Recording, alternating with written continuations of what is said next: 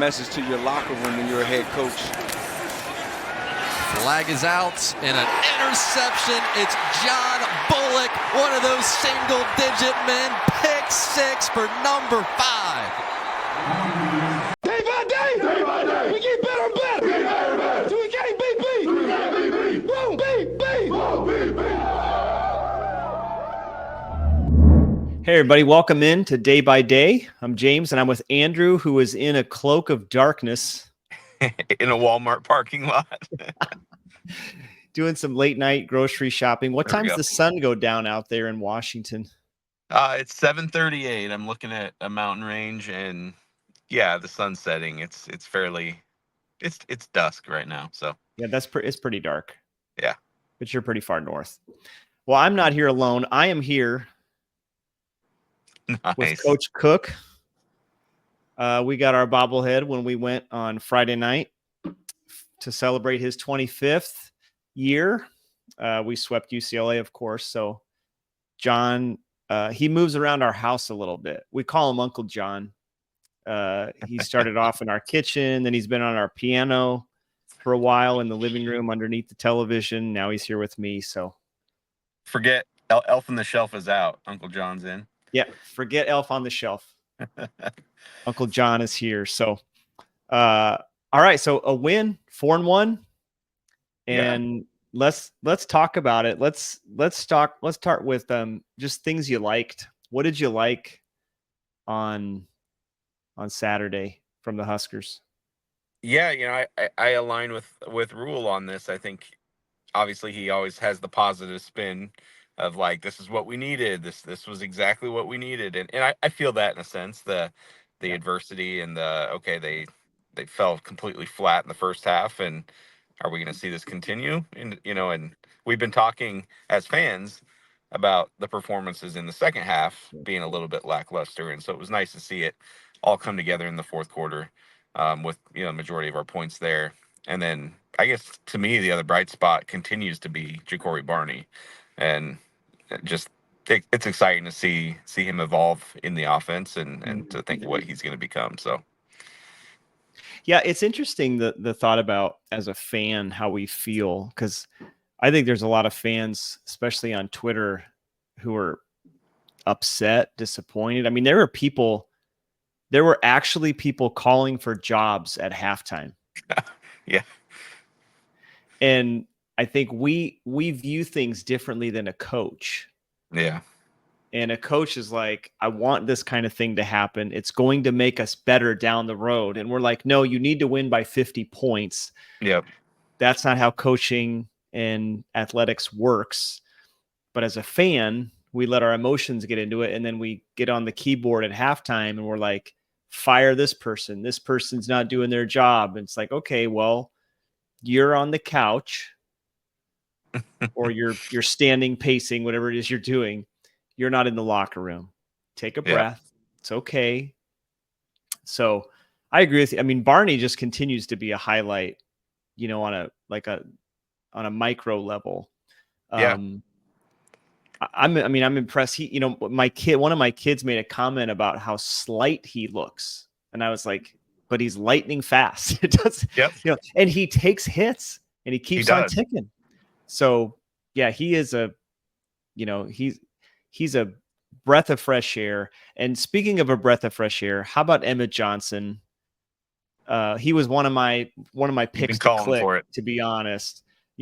10 touches, 85 yards. He had several big plays. I think he had the big pass. Well, the pass play he caught, I think he ran for probably 11 yards or 10 yards. He could have went for more. He had the long run, but he just has that knack for finding the open field. And I was glad to see him kind of, get off the milk carton and find some playing time. So, And then the defense. Go ahead. What were you going to say about I was going to say, Emmett, it's just, he's just got a different, I don't know if it's a different gear, but he's just got a quicker step. It seems like a little shiftier. And he was getting 4 or 5 yards a carry, falling forward into contact. So, Yep. Now I'll talk about this and kind of the things that maybe made me cringe, but well, we could. Okay, I'll stop. I'm going to go back to things I liked. I don't want to get to things that made me go cringe negative. yet. Yep. Things that I liked. I mean, the defense was stout. They only gave up 224 yards of offense, and that was with that garbage time touchdown. Yep. Only 1.6 yards per rush allowed. Of course, the pick six. We could get nitpicky on third down. I think Purdue was like 7 of 15 on third down, but overall, I thought the defense played fast. They played free. They tackled much better, and I just never got the sense that like Purdue's going to score points. You didn't get the sense that they were going to put up points. Yeah, not at all. And holding Maccabee to like 50 yards rushing. I think I called for him to get close to 100 in this game, but I think Purdue as a team had 50. 50 as a team, yeah. Yeah. So, yeah. Hey, you go back and watch that. Even that garbage time touchdown at the end. It was Jeremiah Charles on that receiver. Yep. Watch that thing in slow-mo and see how high Charles gets. I mean, he just kind of whiffed. He went to bat the ball down almost like a volleyball spike, and he just whiffed it. But you see that athleticism. So if I'm not mistaken, when the football team did a dunk contest at a basketball game this last winter, I was at that game with one of my sons. I'm pretty sure Charles won the dunk contest. He did. If I'm not mistaken. Okay, yeah. I thought it was him. Yeah, he's incredibly athletic. And he was one of the sprinters on the track team too. So he's just it was it was young. It was a young guy not in a great position, but he got up there and was close to getting a hand on the ball. But any other things you liked from the game? I'm going to talk about this a little more on Tuesday, and because I want to break it down a little bit, but I just feel like we have a bit of a knack for drawing the pass interference penalties. Yeah. And I think somebody maybe responded to you on Twitter about like, well, those should be picks, or if the defender plays the ball right, they're picks. And I get the sense that Dylan's he's that savvy, and the receivers are that savvy that he saw the way it was going all game, and why not keep going at it, because their DBs couldn't cover our guys. And they had six or seven of them. Yeah. And I know the comment you're talking about, and I had responded that, I mean, if you watch enough college football, defensive backs, they're either not taught to turn around or they don't do it, because only a very few elite defensive backs actually turn their head to make a two-handed play on the ball. Yeah. If anything, they kind of turn and, maybe they'll swat, but there is so much face guarding that happens in college because it's legal. What's not legal is running into the wide receiver, which is what Purdue did literally every time. Hands all over them. Yeah. It was nice to see it not happen to us 6 times, because I feel like there were seasons where you just knew every time a deep pass was thrown, we were going to get called for interference. So, now we are getting called for bogus offensive pass interference plays, but that's a whole nother. I'm still frustrated about that. And it's been almost 40 hours since the game or whatever. Maybe not 40. What are we?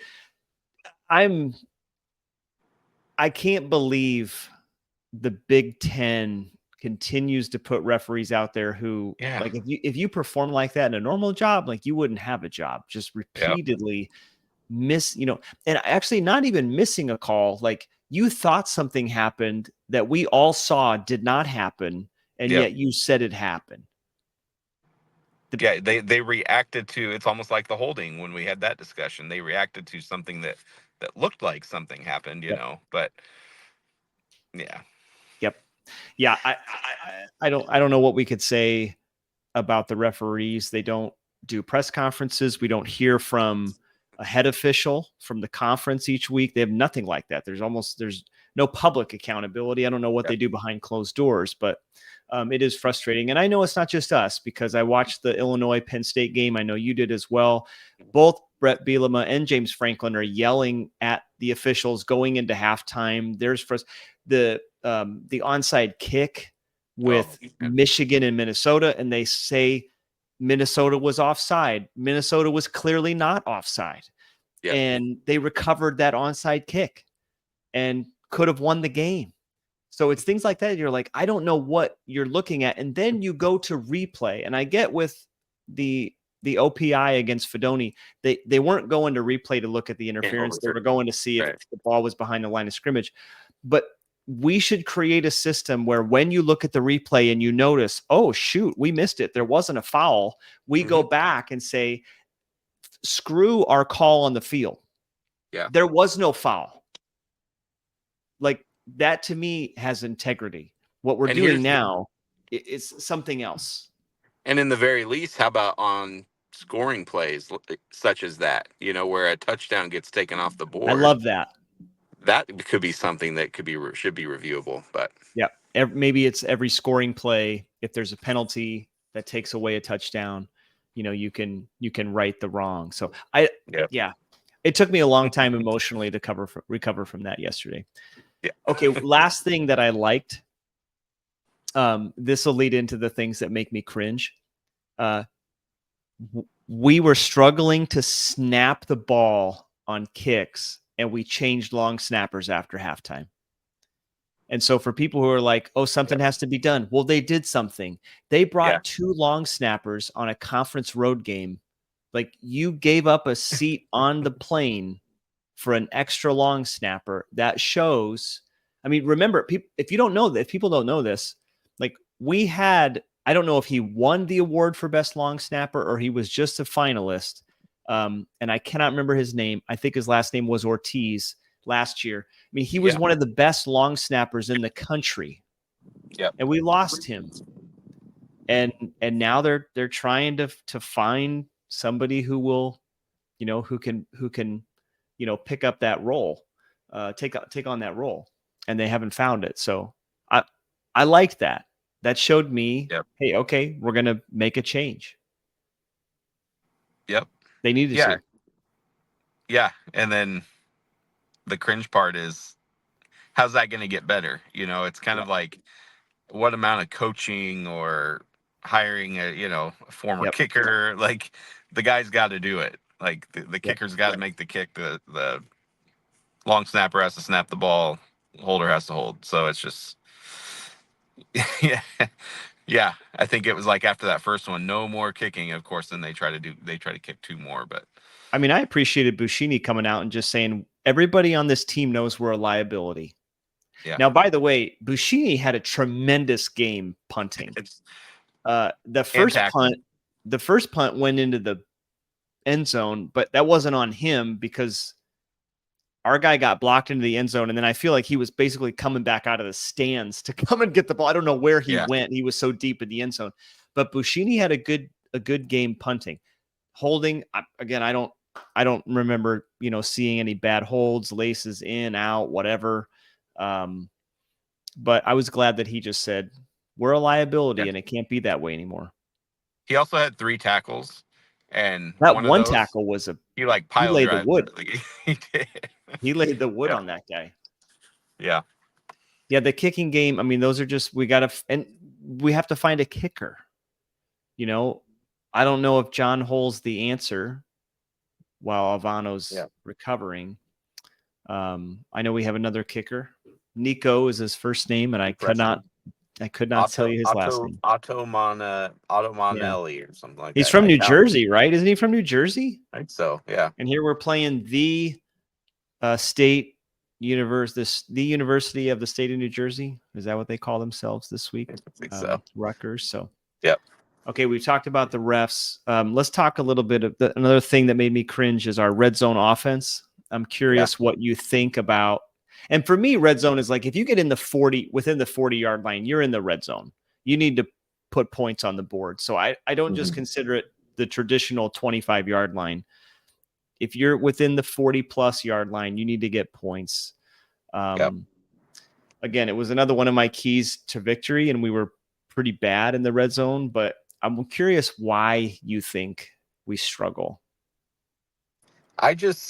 And that's where I wasn't calling for anybody to be fired, but I was a little ticked off there at, after going 0 for 8 of just, okay, what's the what is the package in that Yep. situation? Because it also feels like there's a little bit of this, like, okay, punt, go for it, long field goal. Like they're deciding what to do in those situations. But as we saw with the Illinois game, when we had 3rd and 3, and Dylan misses the long throw, and then it's like 4th and 3. What's your go-to in that situation? Obviously, we tried to kick it against Illinois, and that didn't work out. But just got to feel like we need to have something a little bit more solid, surefire, whether it's, to me, like get a tight end across the middle or get a little curl to a tight end, or something to pick those 3-4 yards up. But I mean, we're 112th in the nation right now in red zone scoring. Yeah. 72%. Rutgers isn't that much better. They're at 75%. To give people some context here, there are 21 schools who are 100% in the red zone. That includes Air Force, Northern Illinois, Ball State, Georgia Southern, Kansas, of course, Michigan, Ohio State, surprisingly Florida.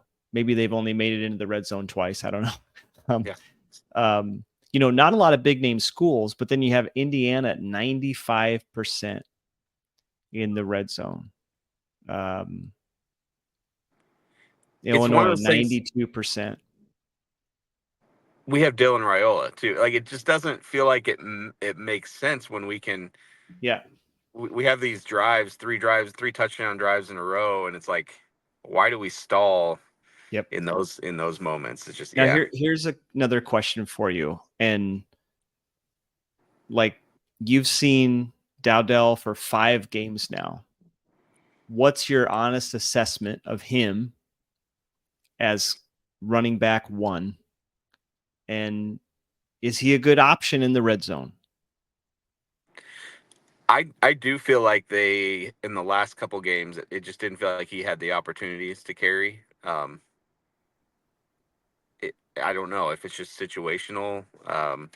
He does feel like he packs a little bit more of a punch to get through the line. Now, obviously, our offensive line is kind of in shambles right now, and that's changed a little bit, obviously, with Mazuka gone and Corcoran, and I still want to see what Dowdell can do. I guess I'm in favor of Emmett starting, but I think those two could really split, 50-50 on the carries, and kind of have that thunder and lightning approach. So, yeah, for me, I think in the red zone, they need to get more creative with their running plays. Mm-hmm. I mean, there were a few times, just to be honest, where, I mean, you saw a tight end and a fullback in the game, and they just didn't block anyone. And it wasn't because it wasn't like they missed a block. It was there were 3 or 4 Purdue players coming, and they just didn't pick a guy to block. Yeah. I might see Dowdell a little differently. To me, he seems like 5 games in, he's getting tired quickly. And maybe I'm just wanting to see that because I love Emmett so much, and I want him to play more. So I could be biased, but to me, like, he just seems like and also the personnel. Like, I think there are so many playmakers on Nebraska's team that Satterfield, to me, he's working out. Okay, where do the pieces go? We ran a third and short, and we ran a pitch play to Dowdell. And I'm just like, is he the right guy to run a pitch play? Yeah. He doesn't. Yeah. Why not Ramir? Why not Emmett? Dowdell doesn't make people miss. He runs people over, or tries to. But I'm just like, I'm not seeing that same burst he had against Colorado. So I'd like to see get Emmett in that 3rd down and throw a pitch to him, or just run it up the middle on 3rd down. But I know that that's not going to be the strength right now with all the offensive linemen we have hurt. So I think they're just still trying to figure out personnel. I do agree with you. I think something to the tight end on a drag in the middle of the field, some kind of a hook play where it's like, you get your big bodied guys the ball when the space gets tight. Yeah. It's like they're not doing that. They need to do that. You know, that personnel thing is interesting too. Like Carter Nelson had a goal line run that he tried to leap over a pile. And it was weird to me. And then the announcers were calling him Quentin Ives. But yeah, it was like, yeah, why is Carter Nelson, and then we challenge it and it wasn't even close. That was just a weird sequence. I'm glad then Dowdell punched it in. Yeah. But yeah, it's like, what? I don't know. Sometimes it's we're getting a little too cute, or we're just trying some things out, or what. But I think that was the time when I tweeted like tush push with Heinrich. Like, he had several successful QB sneaks last year. Mm-hmm. Let him do a QB sneak from the 1 yard line. Put Gabe Ervin and Dante Dowdell or whoever you want back there, Lindenmeyer, line him up in the backfield and push. He'll get in if you don't want to injure Dylan, which I know they probably don't want to do. So, I just think they need to be a little more creative, and they need to figure out who they want in the game in those situations.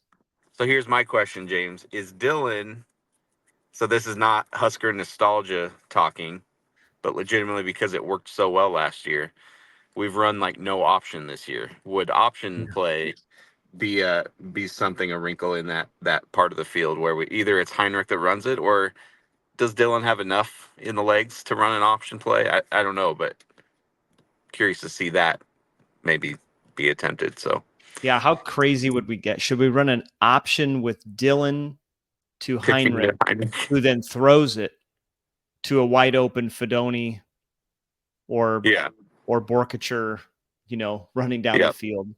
To me, that would be a play that you're running on the 40-yard line, not the 15-yard line. Yeah. But, I don't know who was the team this week. They kept putting, I don't know who it was. I saw it on Twitter. They kept putting a running quarterback in basically you knew it was coming package. Right. That's the but it's part. Again, not a power run where it's like, we know if Heinrich comes in, we know you're just going to run it, but no, an option, a zone read. He's also still 8 for 8 passing on the year. You know, he can still throw the ball. So I don't know what they're going to do. He had some of those last year, those deep bombs to Coleman and Lloyd. He can throw. Actually, Heinrich throws a good deep ball. Yeah. He started to run, and then he kind of did the, run up. Kind of did the option. Out, step back. And so I don't know. Definitely don't want to pull Dylan completely off the field, but they're going to have to get creative in that situation because I'd say it potentially cost us one game, and it could have this one, but if the talent level was greater. So, all right. Well, before we wrap up here, I do want to talk about whether or not Nebraska's improved since last year. Might seem like a stupid question, but again, there's I tweeted out some things after the game and last night because I just saw this general sentiment of like, we are not where we should be. And again, I go back to like, you're not in the room. You're not in the locker room. Like, I don't know how you think that you know better where we should be. Again, do you think we should be where the 90s teams were and blowing teams out and like, look around at what's happening in college football. Yeah. Number 10 Utah lost on their home field to unranked Arizona. I know Arizona was supposed to be good, but they lost by multiple scores to Arizona. I know it's Georgia and Alabama, and I know the game ended up amazing, but Georgia was down 28-0. Yeah. Like, look around you. And so this is a new world, and we ended up winning going away. And I have a couple statistics, one of my favorite stats that I've talked about here before I want to share, but I'm just curious what you think. I mean, I think I know, but when you compare this year's team to last year, what's the difference? Yeah, I mean, other than 4-1 versus what were we, 2-2? At this point last year. 2-2. Yeah. Oh, I think absolutely improved. I think. Oh, sorry, 2-3 because 2-3 last year. Yeah, 2-3. 2-3. Oh yeah, 5 in. I think what people wanted to see was this defense to take another step to be like, all right, last year top 15. This year it's like this can be a top 5 D. Yep. And they haven't quite lived up to that after the Colorado game. But obviously quarterback play markedly better. You have the turnover margin way better. Yep. So, Yep. yes, kicking is, regressed there. Special teams is not impressive. So that could be the case could be made there. So I'm not going to say it's as a team. I think we've made improvements in a lot of huge areas, and Yep. we're still learning and still growing in others. So I think what I heard this a few times. I'm sick and tired of hearing we're learning how to win. yeah. And you pull out Indiana and you look at some other schools, like they have a new coach and they're winning. For me, the jury's still out on Indiana. They seem like they have a great offense. They haven't really played anybody. And I know they played Maryland, but Maryland has sucked this year. So it's not like, they've been world beaters. Yep. I'm really interested to see how they play. Nebraska plays when they play Indiana. But again, I think Nebraska hasn't been to a bowl. None of these players have been to a bowl game. We have the longest bowl drought in FBS. And you have tons of young leaders on this team. You have true freshmen who are playing on both sides of the ball. Yeah. And Saturday, I don't think 2-3 years ago they win that game. I think they end up giving up some kind of stupid long play. They make a turnover when they shouldn't. We didn't turn the ball over. Not only that, the ball never touched the ground. We didn't have a fumble. I know we had block kicks. I get that. There's issues there. Our starting kicker's injured. We're pretty banged up. Actually, I feel like Nebraska's pretty banged up 5 games into the season. Your starting cornerback is out. Your starting kicker is out. Your starting left tackle, and who would have been, potentially a starter, is out. And then Mazuka has some situation going on we don't know about. We're banged up 5 games in, and that they're 4-1. Yep. Yeah, they. I think what yesterday showed was, the whole still learning to win. I think they've improved in that. They know how to win now. They know what it takes, especially now that they've gone to the locker rooms down 0-0 or tied 0-0, and then coming out and putting up that performance. So I really think, now I'm really excited to see the game, and we'll talk about it obviously this week, but this is going to be a good test, I think, because they're a little more comparable to Illinois. And okay, have we learned from the last couple weeks? So agree. And I'll be in the stadium for this one. Nice. I'll be in South Stadium. I call that the peasant seats. It's where the peasants sit, where there's no bathrooms, no food, no nothing. But we'll be in the stadium. So I want to throw out this statistic. First, have they improved? Here's points per game, offense and defense compared to last year. So last year, through 5 games, Nebraska was at 18.8 points per game on offense. This year, we're at 30.8. Yeah. So huge jump, right? Points allowed through 5 games. Last year, 23.8. And then this year, 12.2. Now, here's one of my favorite statistics. Yards per point. We talked about this a couple episodes ago. It's that efficiency statistic. Really, it just shows how far do you have to go to get 1 point. So I only had time to do this for the offense, not the defense. But last year, through 5 games, Nebraska's yards per point was about 18.5. And so again, what that means is, if I do it here quick, 18.5 times 7 for a touchdown. They had to go almost 130 yards to get a touchdown. And this year they're at 13.3. So that's almost a 5-yard difference per point. It is more than 5. So on average, they're going 93 yards to get a touchdown. And again, just like they're so much more efficient than they were. They don't have to work so hard. When you think like an engine that burns oil, it's like it has to work so much harder, and it's harder on the engine. It's like it's not a well-oiled machine, but it is a better oiled machine. They got to get better on third downs. They got to figure out, again, their personnel, they're in the run game, especially the red zone. But man, I would say between the 30s, they move the ball so well. Yeah. And Dillon hits passes that there's a few quarterbacks in the NFL that can't make those throws. James, and that's, we're 30 minutes into this and we haven't really talked about how he played. And that's, my wife and I were talking about this too, where it's like, you don't feel that anxiety, like, oh man, he's dropping back to pass. What's going to happen? He is a machine. Like, he's very, he's just a smooth operator back there. He makes it look effortless, and you trust everything he's going to do. So I mean, there were times last year where quarterback would drop back and we would like shield our eyes because we're like, it's probably going to get picked. Yep. And now I'm shocked when it's an incompletion. Yeah. Yep. His best throws are those second level throws, those layered throws over the zone.